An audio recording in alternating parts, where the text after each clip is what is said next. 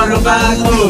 Kami dari kelompok 5 ingin menjelaskan materi tentang kepemilikan tidak langsung dan saling memiliki. check it out. Konsolidasi laporan keuangan adalah proses penyusunan laporan keuangan untuk sebuah grup perusahaan atau induk dan anak perusahaan, seolah-olah merupakan suatu entitas ekonomi tunggal. Dalam situasi ini, induk perusahaan memiliki kendali atas satu atau lebih anak perusahaan melalui kepemilikan saham mayoritas atau pengaruh signifikan lainnya. Konsep dasar konsolidasi laporan keuangan adalah mengkombinasikan akun-akun dari laporan keuangan induk perusahaan dan anak perusahaannya dengan cara menjumlahkan setiap akun yang sejenis dan mengeliminasi transaksi-transaksi serta saldo-saldo yang timbul dari kepemilikan induk terhadap anak perusahaan. Tujuannya adalah untuk menyajikan posisi keuangan, kinerja keuangan, dan arus kas dari grup perusahaan secara keseluruhan. Tujuan utama konsolidasi laporan keuangan adalah memberikan informasi keuangan yang relevan dan representatif tentang posisi keuangan, kinerja keuangan, dan arus kas dari sebuah grup perusahaan secara keseluruhan. Hal ini membantu pengguna laporan keuangan seperti investor, kreditor, dan pemegang kepentingan lainnya dalam mengambil keputusan yang lebih baik terkait dengan alokasi sumber daya ekonomi. Manfaat utama konsolidasi laporan keuangan bagi perusahaan antara lain: 1. Transparansi dan akuntabilitas laporan keuangan konsolidasian, memberikan gambaran yang lebih lengkap dan transparan tentang posisi keuangan, kinerja keuangan, dan arus kas dari seluruh grup perusahaan, termasuk anak perusahaan yang dimiliki secara tidak langsung. 2. Pengambilan keputusan yang lebih baik.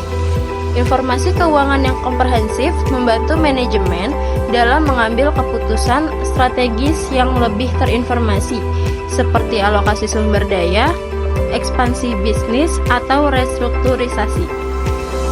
3. Peningkatan akses terhadap pendanaan laporan keuangan konsolidasian yang audited dan transparan dapat meningkatkan kepercayaan investor dan kreditor, sehingga memudahkan perusahaan dalam mendapatkan pendanaan eksternal. 4. Kepatuhan terhadap regulasi dan standar akuntansi. Konsolidasi laporan keuangan membantu perusahaan dalam mematuhi regulasi dan standar akuntansi yang berlaku, seperti International Financial Reporting Standards atau IFRS atau standar akuntansi keuangan di Indonesia. 5. Perencanaan pajak yang lebih efektif dengan informasi keuangan konsolidasian. Perusahaan dapat melakukan perencanaan pajak yang lebih efektif dan mengoptimalkan pembayaran pajak di seluruh grup perusahaan. Secara keseluruhan, konsolidasi laporan keuangan memberikan informasi keuangan yang lebih lengkap dan transparansi bagi perusahaan, membantu dalam pengambilan keputusan strategis, meningkatkan akses terhadap pendanaan, memastikan kepatuhan terhadap regulasi, dan memungkinkan perencanaan pajak yang lebih efektif. Pengertian dan metode akuntansi pemilikan tidak langsung. Pemilikan tidak langsung atau indirect ownership adalah situasi di mana sebuah induk perusahaan memiliki kepemilikan saham dalam anak perusahaan melalui satu atau lebih perusahaan antara intermediate companies. Dalam konteks ini, induk perusahaan tidak memiliki saham secara langsung dalam anak perusahaan tersebut, melainkan melalui kepemilikan saham dalam perusahaan antara yang memegang saham anak perusahaan. Sebagai contoh, misalkan perusahaan A memiliki 80% saham perusahaan B, dan perusahaan B memiliki 70% saham perusahaan C. Dalam situasi ini, perusahaan A memiliki kepemilikan tidak langsung sebesar 56%. 80% dikali 70% dalam perusahaan C melalui kepemilikannya di perusahaan B.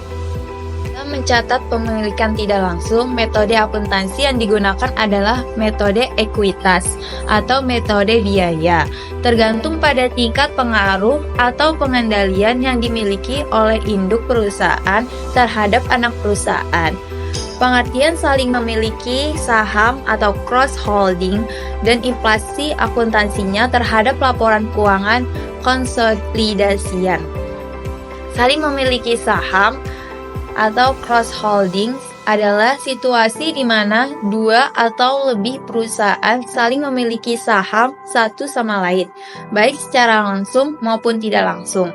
Dalam kasus ini, terdapat kepemilikan silang antara perusahaan-perusahaan tersebut, di mana perusahaan A memiliki saham di perusahaan B, dan perusahaan B juga memiliki saham di perusahaan A. Sebagai contoh, perusahaan A memiliki 30% saham di perusahaan B, sementara perusahaan B memiliki 20% saham di perusahaan A. Situasi seperti ini dapat menimbulkan kompleksitas dalam proses konsolidasi laporan keuangan karena adanya saling ketergantungan antara kepemilikan saham dan hak suara. Penentuan kepemilikan efektif dalam situasi saling memiliki saham, perhitungan kepemilikan efektif menjadi lebih rumit karena harus mempertimbangkan kepemilikan silang antara perusahaan-perusahaan tersebut. Metode yang umumnya digunakan adalah metode resiprokal atau metode persamaan simultan untuk menentukan kepemilikan efektif masing-masing perusahaan. Perlakuan akuntansi terhadap investasi ketika terjadi saling memiliki saham. Investasi di awal di antara perusahaan-perusahaan tersebut harus dicatat dengan menggunakan metode biaya atau metode ekuitas, tergantung pada tingkat pengendalian dan pengaruh yang dimiliki. Eliminasi kepemilikan silang dalam proses konsolidasi. Kepemilikan silang antara perusahaan-perusahaan yang terlibat harus dieliminasi untuk menghindari double counting atau overstate dalam laporan keuangan konsolidasian. Hal ini dilakukan dengan mengurangi nilai investasi dan ekuitas pemilik dari masing-masing perusahaan secara proporsional.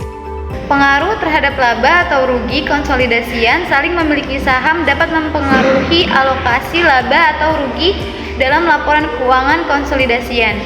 Bagian laba atau rugi yang terkait dengan kepemilikan silang harus dieliminasi untuk mencegah double counting. Kompleksitas dalam pengendalian dan kepemilikan saling memiliki saham dapat menyebabkan kompleksitas dalam menentukan perusahaan mana yang memiliki pengendalian atau pengaruh signifikan terhadap perusahaan lain. Hal ini dapat berdampak pada perlakuan akuntansi dan pengungkapan dalam laporan keuangan. Dampak mengatasi implikasi akuntansi dari saling memiliki saham. Standar akuntansi seperti International Financial Reporting Standard atau IFRS dan standar akuntansi keuangan di Indonesia memberikan panduan dan metode yang harus diikuti. Metode yang umum digunakan adalah metode resiprokal atau metode persamaan simultan untuk menghitung kepemilikan efektif dan melakukan eliminasi yang tepat dalam proses konsolidasi. Dampak kepemilikan tidak langsung dan saling memiliki saham terhadap struktur modal, pengendalian kepemilikan, transparansi, dan pengambilan keputusan manajemen. Dampak terhadap struktur modal, dampak terhadap pengendalian kepemilikan, dampak terhadap transparansi, dampak terhadap pengambilan keputusan manajemen. Secara keseluruhan, kepemilikan tidak langsung dan saling memiliki dapat memberikan tantangan dan kompleksitas dalam pengelolaan struktur modal, pengendalian kepemilikan, transparansi, dan pengambilan keputusan manajemen. Perusahaan harus memahami implikasi dari situasi ini dan menerapkan praktik tata kelola perusahaan yang baik serta kepatuhan terhadap standar akuntansi dan regulasi yang berlaku. Regulasi dan standar akuntansi yang mengatur praktik konsolidasi, tidak langsung dan saling memiliki saham, standar akuntansi keuangan di Indonesia, perlakuan akuntansi untuk konsolidasi laporan keuangan, kepemilikan tidak langsung, dan saling memiliki diatur dalam standar akuntansi keuangan atau biasa yang disebut SAK yang diterbitkan oleh Ikatan Akuntansi Keuangan atau IAI. SAK mengadopsi prinsip-prinsip dari International Financial Reporting Standard atau IFRS. PSAK 65, Laporan Keuangan Konsolidasian, mengatur proses penyusunan dan penyajian laporan keuangan konsolidasian untuk sebuah grup perusahaan. Standar ini mencakup pedoman untuk menentukan apakah entitas induk memiliki pengendalian atas entitas lain, prosedur konsolidasi, dan persyaratan pengungkapan terkait.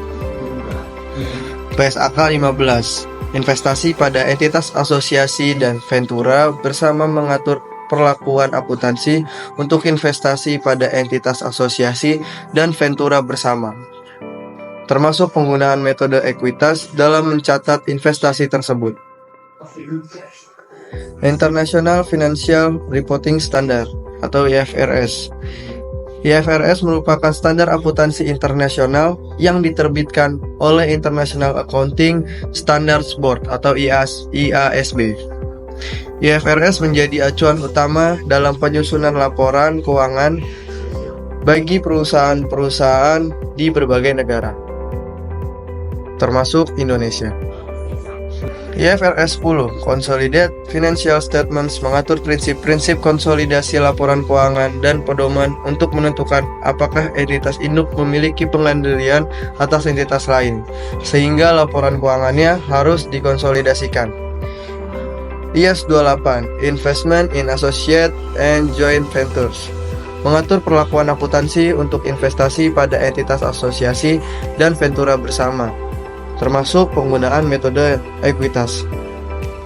Peraturan Otoritas Jasa Keuangan atau OJK bagi perusahaan terbuka di Indonesia. Otoritas Jasa Keuangan atau OJK menerbitkan peraturan yang mengatur praktik konsolidasi laporan keuangan dan aspek-aspek terkait lainnya. Peraturan ini bertujuan untuk meningkatkan transparansi dan pelindungan bagi investor. Peraturan OJK Nomor 29 POJK 04/2016 tentang laporan tahunan emiten atau perusahaan publik mengharuskan perusahaan terbuka untuk menyusun dan menyajikan laporan keuangan konsolidasian sesuai dengan standar akuntansi keuangan yang berlaku di Indonesia. Kebijakan pemerintah terkait konsolidasi dan pemilikan saham, pemerintah Indonesia juga dapat menerbitkan kebijakan atau peraturan yang mengatur aspek-aspek tertentu terkait dengan konsolidasi laporan keuangan, pemilikan tidak langsung, dan saling memiliki saham. Misalnya, peraturan mengenai kepemilikan saham, maksimum atau batasan tertentu untuk sektor-sektor tertentu.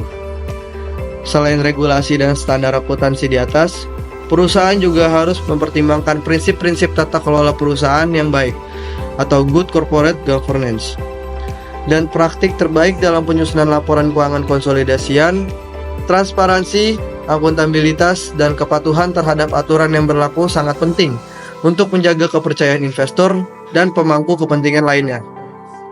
Perusahaan harus secara konsisten mengikuti standar akuntansi dan regulasi yang relevan, serta memberikan pengungkapan yang memadai dalam laporan keuangan konsolidasian terkait dengan perlakuan akuntansi untuk pemilikan tidak langsung dan saling memiliki saham. Hal ini akan membantu meningkatkan kualitas dan keandalan informasi keuangan yang disajikan kepada pengguna laporan keuangan.